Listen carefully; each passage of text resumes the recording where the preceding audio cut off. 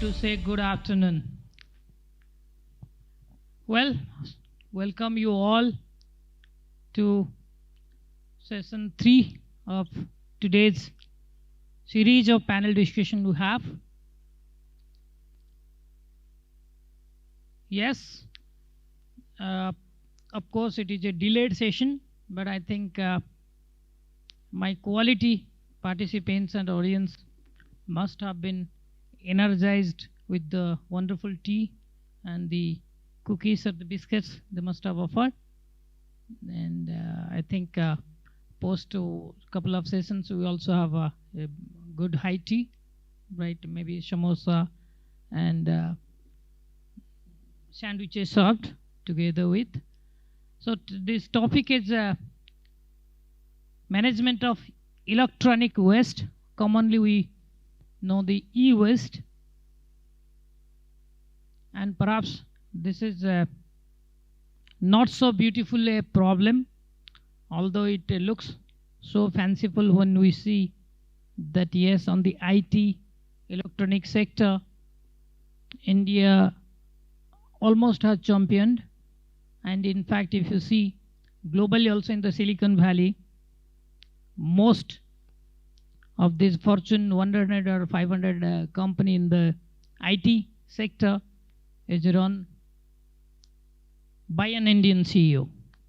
So that said, I think not just in India, but also in the American continent, Indians are doing brilliantly well in the IT sector.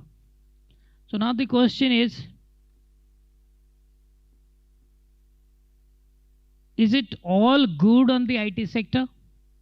The IT sector, of course, they provide us a lot of employment opportunity, but at the same time, they also produce a lot of the waste, what we call it the electronic waste. And in fact, a lot of the reports published, if are to be believed, they say that a few of the developed countries, you know, they supply their second electronic goods under various scheme, because we also have some scheme whereby we don't have to pay import duty while importing for industrialization purposes these electronic goods. So without naming any country, if I don't know how to process the e-waste, I want a dumping yard, so then perhaps India is the safest destination to dump those electronic waste, right? So it's almost at their expiry date. You have 1 year or 2 year of life left. So send them to your Indian subsidiary or the affiliated companies. They come here, you use for good 2 years. Then you don't know how to do this electronic waste. So the thematic of session 3 is e-waste menace and management, then regulatory frameworks, good governance in e-waste and hazardous waste management, effective implementation of e-waste regulations and other regulatory framework. Friends, I am blessed to have 3 panelists with me who perhaps are the best brain to deal with this issue. To my right is Dipti Lavya Swain, a wonderful lawyer dealing with environment and renewable policies, practice mechanisms. To my left is IPS RajaShekhara M, who is currently the Deputy General of Police, Deputy Inspector General of Police, DIG, in Police Research and Development. And to his left and to extreme left of with the 4 panel, the brilliant entrepreneur in Radhika Kalia. She is the chief of one company, a multinational company, if I may say so, called RLG Systems. That company deals with electronic waste management. So the most practical person, or the person carrying a lot of practical wisdom. So we'll be discussing the waste management stuff, but before that they say before you think of coming to a solution, the first step towards building a solution is to accept the problem. So I would really request you to provide your opening remarks in a couple of sentences. So does the problem exist? Do you see it as a problem? Right? If it is a problem, what for? Who responsible and to what extent? So I'll start with you, Madam Radhika Kalia. Thank you so much, Sudhirji, and thank you for this opportunity for making us attend the event. It's really, it was a good, heartening experience today when the Honorable Minister was here, and I think we are taking good steps in terms of how different aspects were discussed. Now, quickly jumping into the question itself, I would first like to give you a little brief about RLG Systems India Private Limited. RLG stands for Reverse Logistics Group. By the name itself, we look into everything which is reverse, which is not put to market, and we deal with situations when the product attains life in the hands of the end user. Once the product attains life is when people like us work and operate in the marketplace. We go up till the end user, buy the material, or there are very few donators, like people don't donate it in India. And then we bring it back to our collection centers and then send it for recycling. But pretty much this is a very small number where the end users are actually donating or selling their products to people like us. We are actually ending up going to the informal sector to buy the material. And the beauty of the entire reverse logistics in India is to formalize the informal. And we've been doing it past 6 years. In 2017, RLG, which is based out of Munich, it's a German company, established its company in India in 2017. And from then, in the last 6 years, we have worked quite religiously and collected almost 150,000 metric tons in last 5 years and done a lot of awareness activities. In fact, we have created a sub-brand by the name Clean to Green, which is a brand neutral.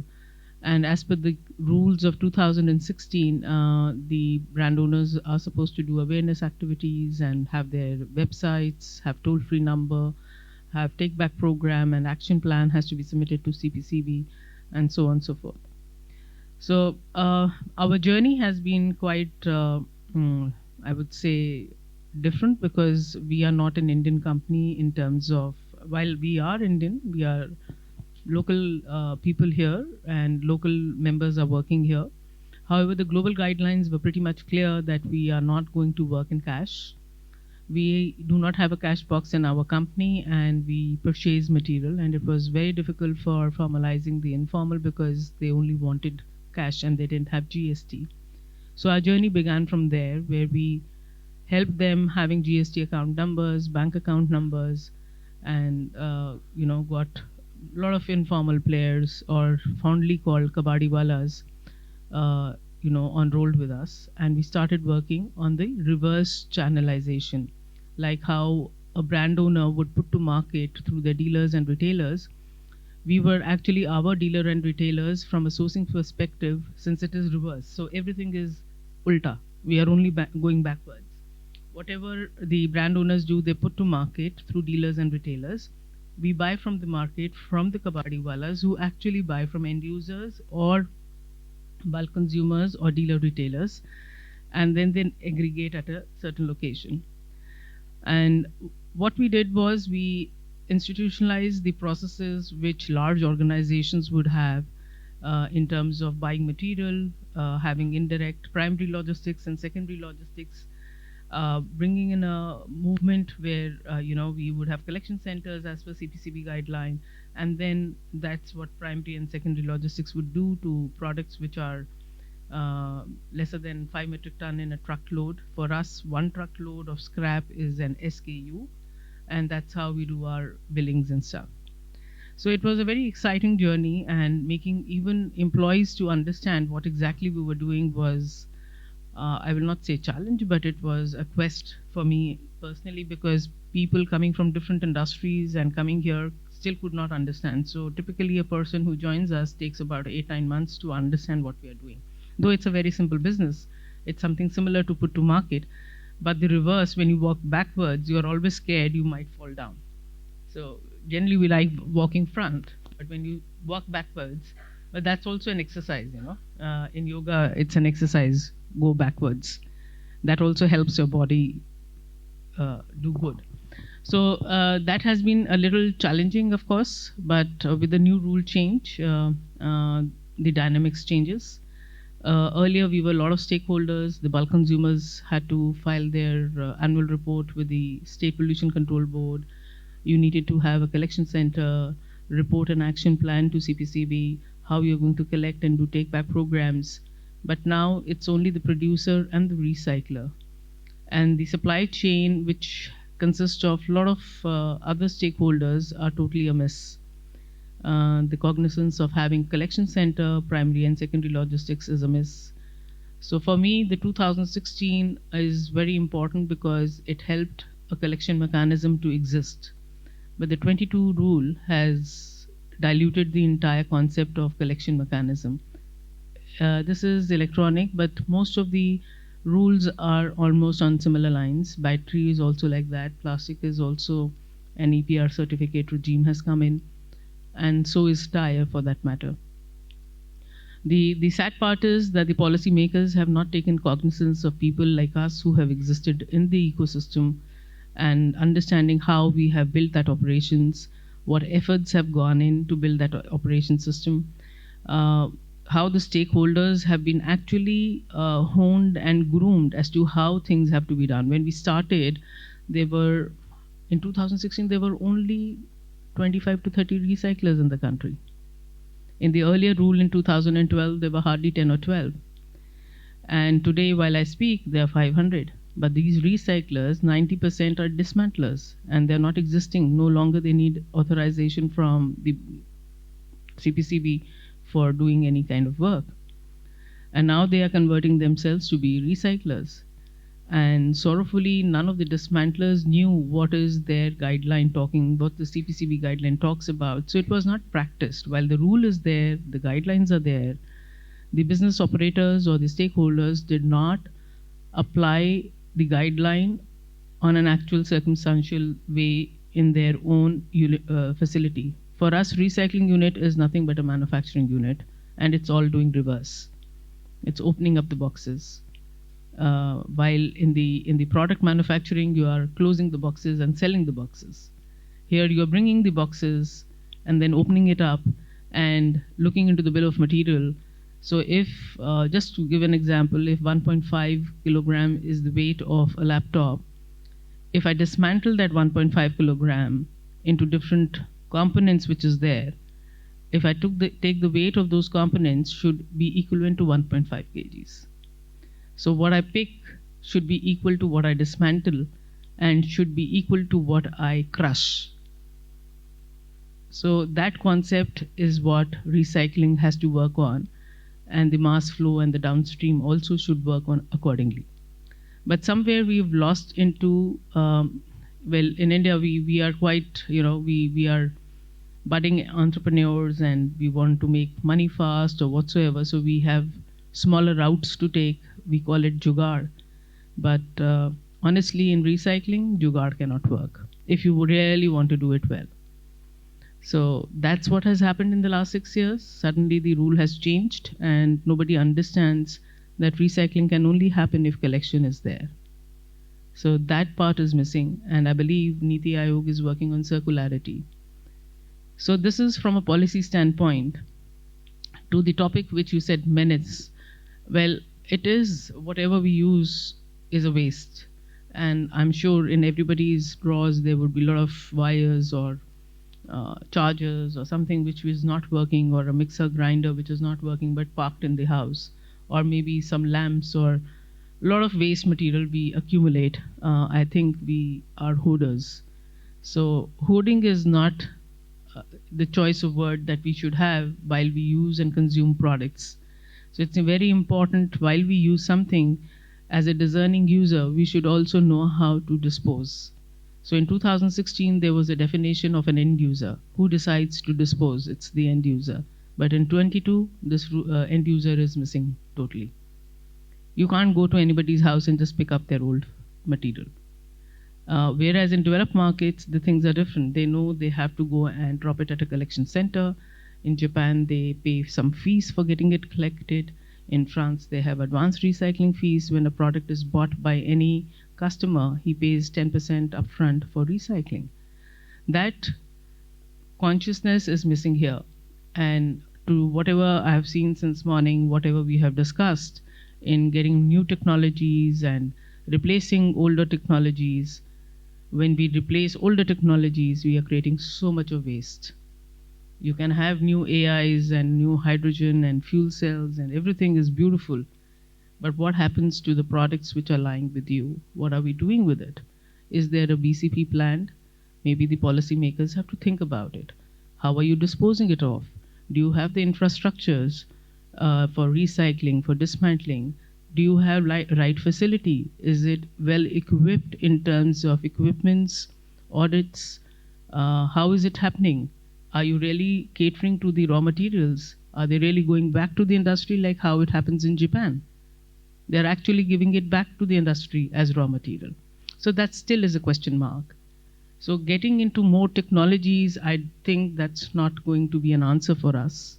The answer is how well we use the product which is existing with us right now and how well we dispose it to the last mile. That question should be answered first before introducing any kind of new technology and investing so much. That was my thought.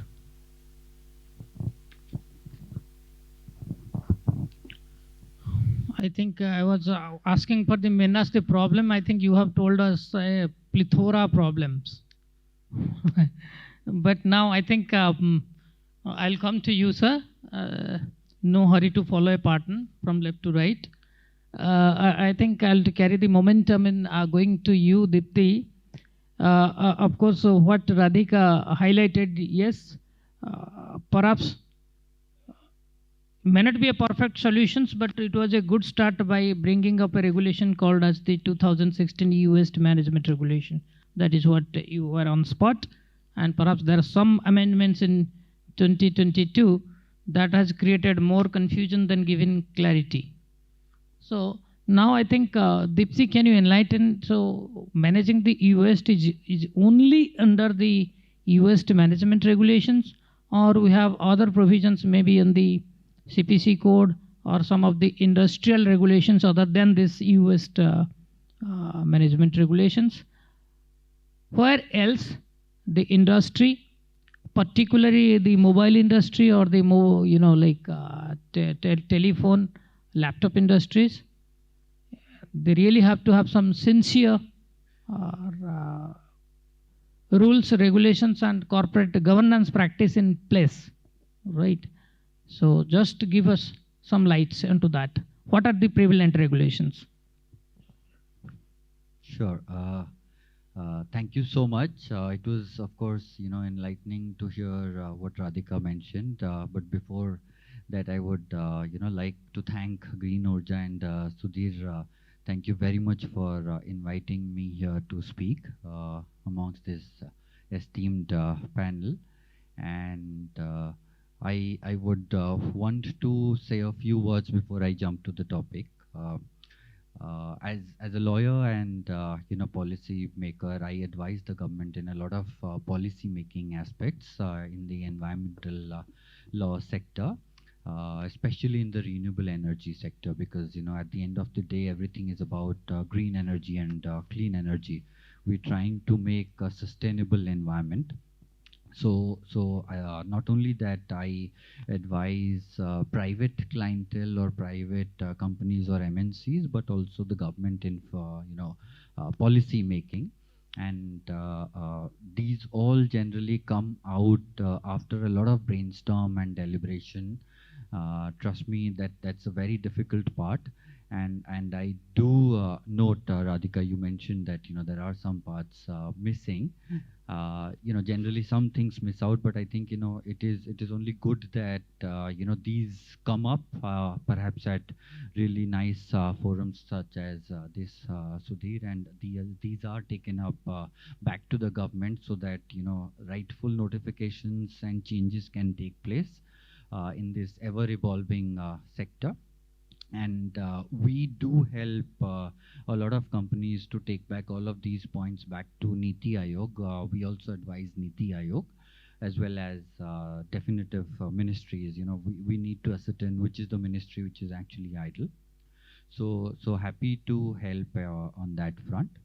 But let me come back. The e-waste sector is actually pretty large, and we have just witnessed COVID, and we have learned that this market has suddenly almost close to doubled, and that is obviously largely because of the production of electronic goods has increased more in the form of gadgets, iPads, your mobiles or laptops, etc. And if I'm rightfully referring to the right research reports, then I think the number is pretty close to 60 million metric tons of electronic waste that Earth generates. And mind you, about 10% is generated by India, and this number was much lower 5, 6, 7, 8 years back. But India is really catching up, and some of the developed places like the Americas or Europe, etc., they are producing a lot of these types of waste. Electronic waste is obviously one of the waste, and you're right. The CAGR for this market, at least for India, I believe ranges from about 20 to 25%. So it is lucrative, but of course, it has to be rightfully supported by policy making and government help. Because if there is any aspect that the industry is facing, and the government or the policy framework is rightfully not capturing it, then of course there are issues. Sometimes we do have interpretational issues, in the sense that there are certain ideologies that are tried to be captured in these regulations, but perhaps the market does not understand that. But sometimes there are some real problems, because even if stakeholders are invited, lawyers, owners of companies, educational institutions like IIT Delhi, etc., they are invited by the government in legal and policy framing, there are still a lot of aspects that are missed out, and they can actually come to the forefront in front of the government once they are brought up. I am sure a lot of the companies are bringing these up. I've been a part of a lot of that as well. But yes, the 2016 rules, the 2022 amendments, and of course last year we saw a huge EV revolution coming in. We saw the EV policy and the PLI scheme for battery manufacturing in India. That was a 18,000 crore policy. In fact, incidentally, I drafted that for Niti Aayog. I must tell you that while of course there is manufacturing and a push over a 10-year period to receive these 18,000 crore rupees from the government, there are hurdles and milestones that all of these manufacturing companies need to achieve so as to receive the subsidy or PLI. But at the same time, there are a lot of companies and very beautifully doing so, who are working in e-waste collection, management, recycling, etc. And they have also jumped into the foray. Somewhere these rules, the battery management rules of 2022, the amendment for e-waste management last year, and the one in 16. I think these are trying to talk about an environment where the the builder or the producer is actually made responsible for bringing back at least about 70% of the electronics that they released into the market. Okay, so now of course this is very difficult because in India, specifically in India actually, or maybe the Africas, etc. This is largely an unrecognized or unregulated or not so formal sector. I think that is one of the major problems, and perhaps that is what Radhika was also trying to point out, that our people who are fondly known as kabadiwalas, etc. They are largely the real aggregators, but it is very difficult to get back, even if there are companies which are let's say the larger companies who build laptops and mobiles and iPads and other electronic gadgets. It is very difficult for them to actually take back, no matter what monetary possibility or financial lucrativeness that are being offered to people. It's very difficult. I think some of the ways that this can really be implemented, they've tried to address in the rules that got released last year, especially for battery waste, because battery is going to be the biggest player for the next 10, 20, 30 years, because that is responsible to store energy. Okay, and so a lot of focus is on that. Of course, e-waste as well, and inclusive of battery, I think the entire market is close to 60 billion. Okay, and that's a large number. It's very difficult to actually touch that, but it is soon going to touch, and these are real estimates on the basis of some actual numbers and predicaments and estimates, etc. But coming back, some of the ways that this can actually happen is to formalize this sector. The government has taken very short steps, for example, of course, regulating companies which are building this, trying to help, and pardon me with that, Radhika, I say, trying to help companies who are business of recycling, because she does have some complaints. And I will surely help you, address them or take for. I know.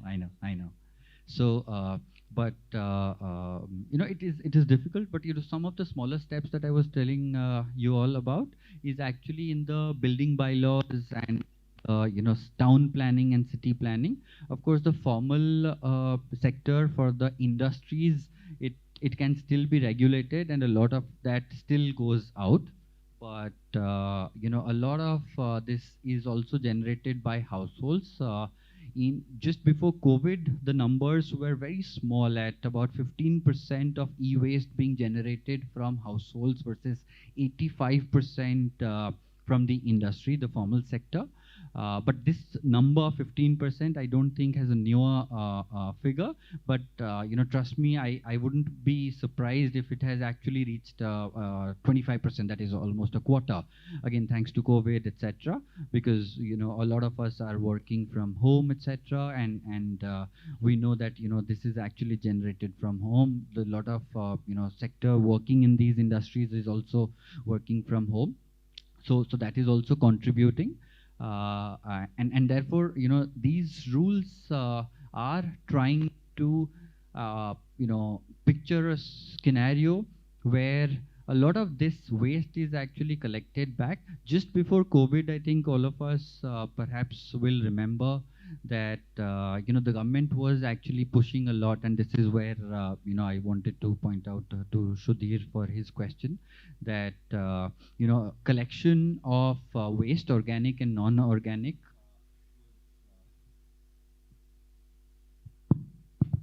way back, this was something that would.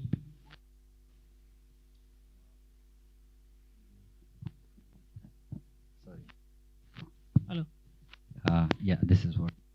So This was also being pushed by the local levels. Of course, we have those reporting systems by the CPCB to the ministry, and of course CPCB takes this data from the SPCBs, and the SPCB has local administrative authorities. All of that is going a little haywire, trust me, and I think that is largely because of the implementation mechanism.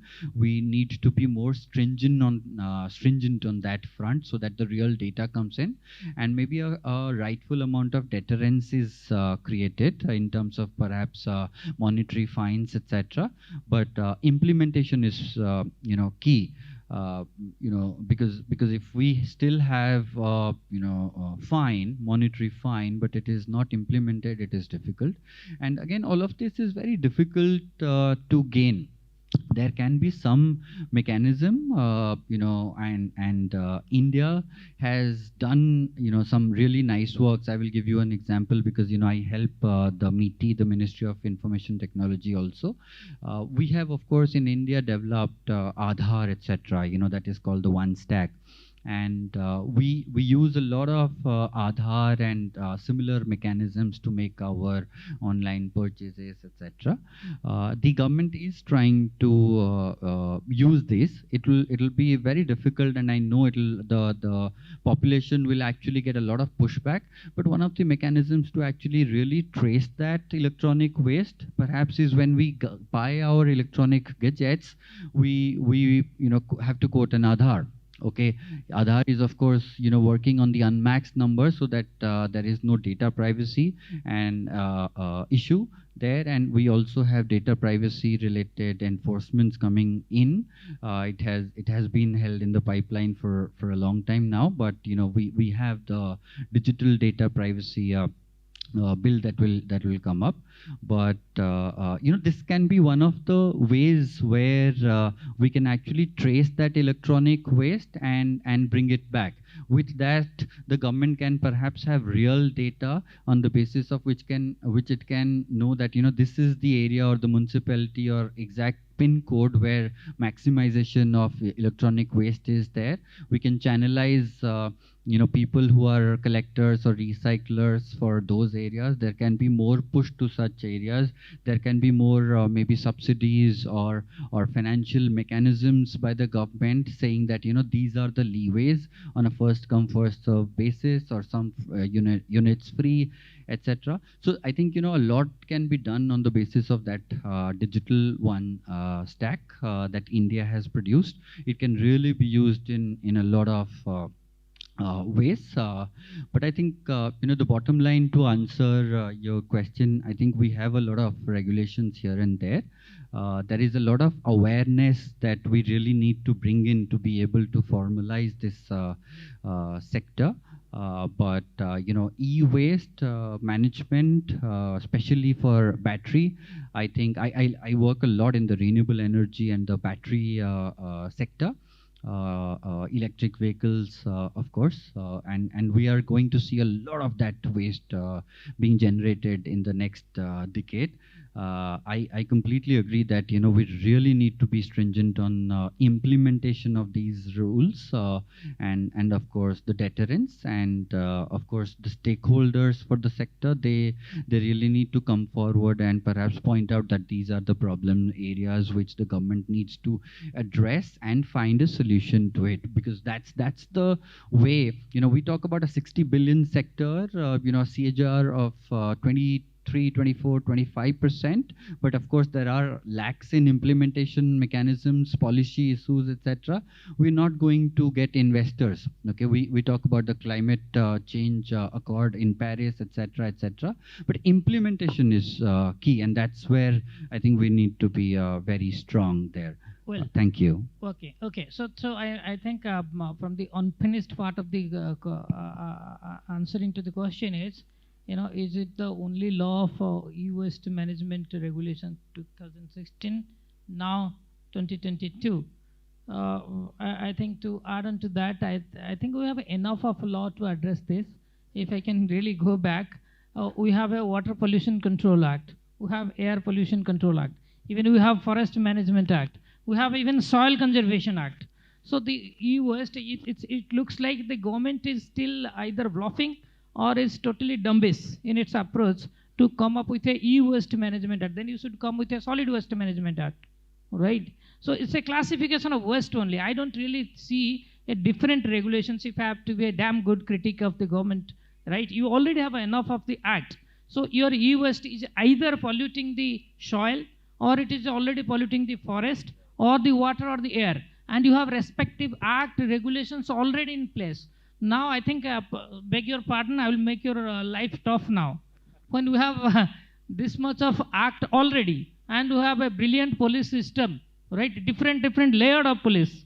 Even the forest department itself, they have got a lot of power, that of a police officer. They can arrest, they can even shoot, right?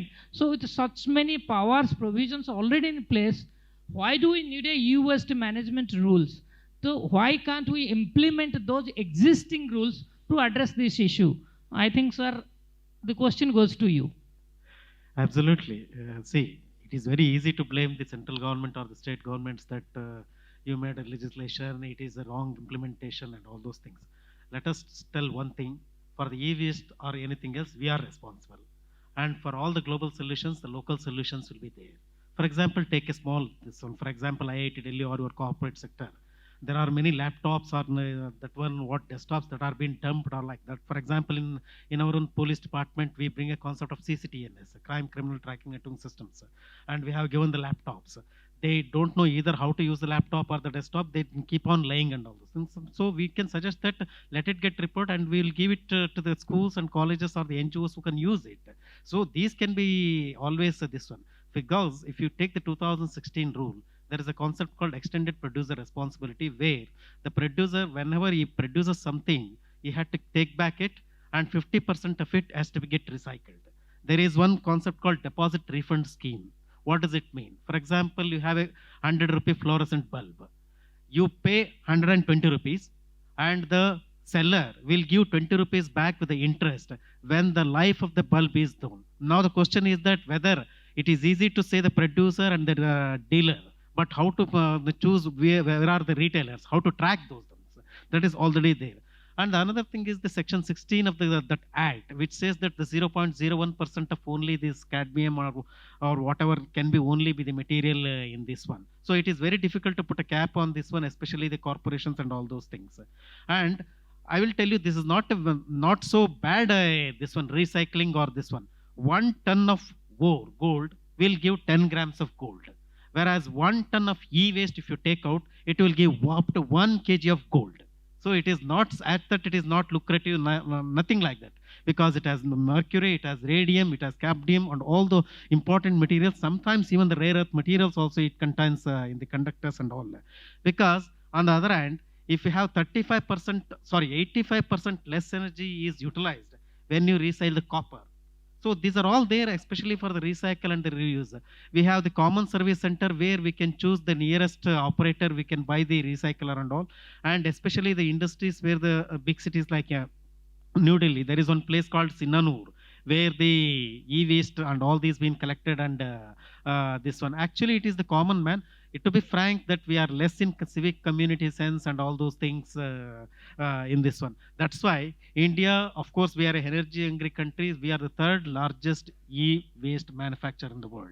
And let me tell you, our own internal e-waste is very less. It is only 10 million metric tons per year, whereas from abroad it is of 53 million metric tons. So as per the carbon footprint or the climate change or what all the clean development mechanisms and all those things and the memorandum of understandings, that means when one country decided to dump in the other thing, that is usually called the carbon trading or the carbon footprint. So the developed countries have chosen the developing countries to dump their all this one. And let me tell you, 95% of the recycled is by the informal sector, not the formal sector. This is another one thing to wait the regulatory mechanisms. This one, we have 50 crore smartphones today and 80 lakh laptops today, and one European survey made that on an average in a household there are 74 electronic equipments. So 74, if you take all the things. So what are the challenges? The challenges actually lies with that. For example, in Europe and England, they give it free of cost, or they will take the car and go to the kabaddi or get it crushed. But we expect the kabadi to come to our house and we want him to pay for that also. हाँ 1 kg को 10 रुपए तक दे दो ना क्यों? So that is our common mindset. We can say that government is absolutely correct. They made the principles, they made the laws, they made the regulations. Of course, any law cannot accommodate all kinds of circumstances and all those things. It is I and you has to follow as a common citizen. For example, we can start with a simple this one. If I want a bottle of water, I will choose to go and buy a 20 rupees water rather than refilling it the already existing one. Now what I am doing? So अजीब लगता है वो कहीं पे जाके उसको fill करने में मेरे को अजीब लगता है. Or if I ask the driver, my driver may not be ready for that. It is easy for us to go and buy a very show off like I will purchase a bundle of water bags and all those things. All this one actually the civic common sense this one. And this recycling units, why we cannot locate is that and ideally so these are all outside the cities and it should be there. And we never know where they are, and this comes with other problems. The child labor, the health hazards, radium, mercury, cadmium, and all those things that are being present in the e-waste, this one. And on top of this one, the state governments have no mandatory rules on how much ton they have to collect it. Even the corporations, there is only a guidelines only. You have to do this one. There is no definite mandate or something else that you have to collect, you have to segregate, you have to create, you have to this one.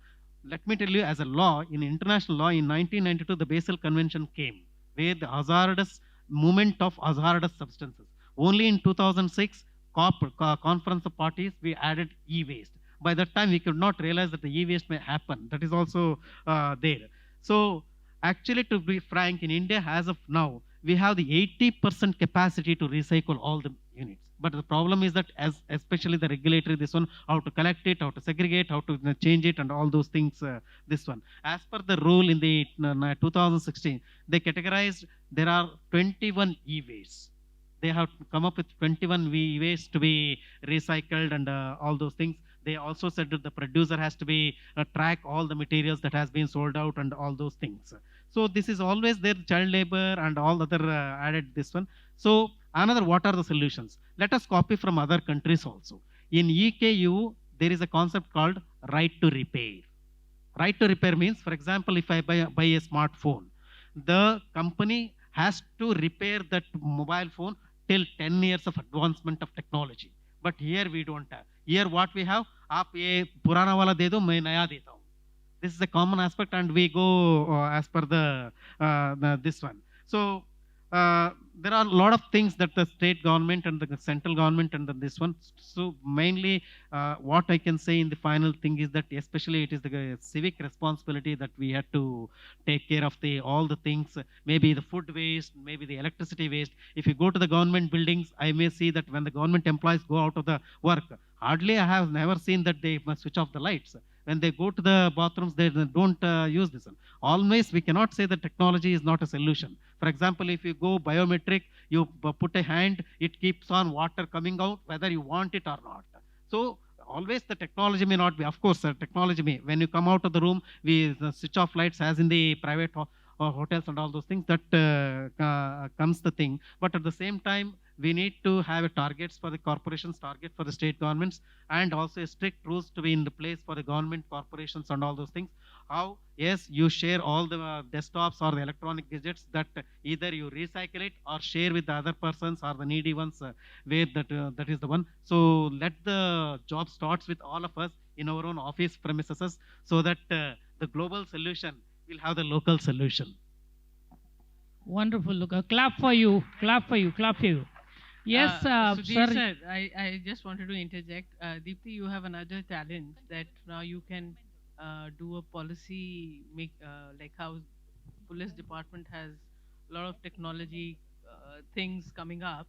Maybe there is a need for the police department to have waste management surveillance also coming up in near future. Because strict rules, for example, traffic police, if there is a policeman standing, everybody will behave themselves and stand and then go as the policeman says. So something like that has to come in. Surveillance has to be very strong. And I think so after hearing sir, there should be a cell which manages this. Yeah. Now the question is that again one point, just cyber forensics. For example, in all our houses, we have the laptops, mobiles, and all those things. we may think that how to give it to somebody else, nobody want to buy it. Let me tell you from the cyber forensics point of view. If you have 100 GB hard disk, you wipe out all the memory and give it to another person, that will not exactly wipe out the memory. We police can still attract that one, this one. Only when it is completely erased, when you overwrite it.